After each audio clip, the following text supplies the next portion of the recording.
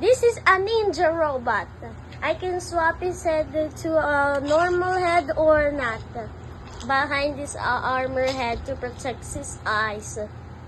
And this is the legs.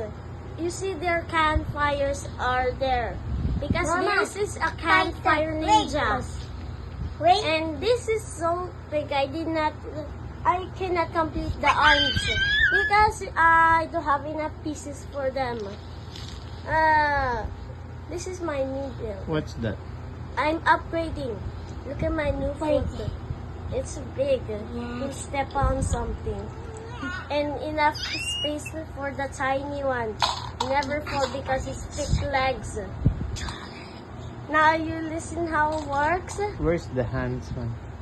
Hands where? Bye-bye. Where's the hands? I don't have hands because I don't have enough pieces.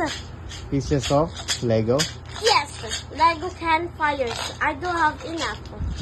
That's right. So the hands is missing. Any missing that we need to put?